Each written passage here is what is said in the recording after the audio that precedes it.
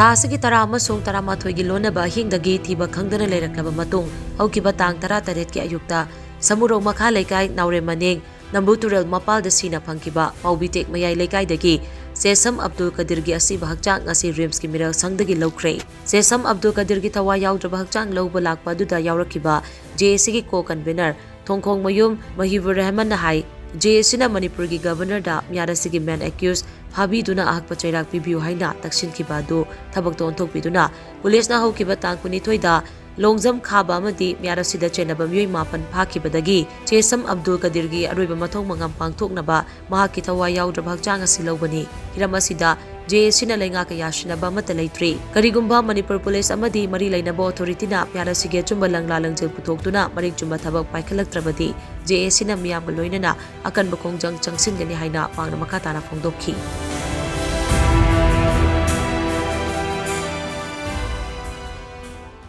Asi akoina dead body laujaga doiba maramse akoina mamangda governor of Manipur da asiba siga mari leinaba main culprit phadi phawdi main accused phadi phawdi akoina dead body si lauje kiroi haija kibani adugi matungina police department na hawjing main accused pha basida akoina penman badagi haija batare akoi dead body si muslim gi dharma gi oba tawpham thokpadu tangai phadana tawnabagi damakta dead body laubani kanagumba section amataga government ga natragana department amataga koi yanaba condition ama phabo leite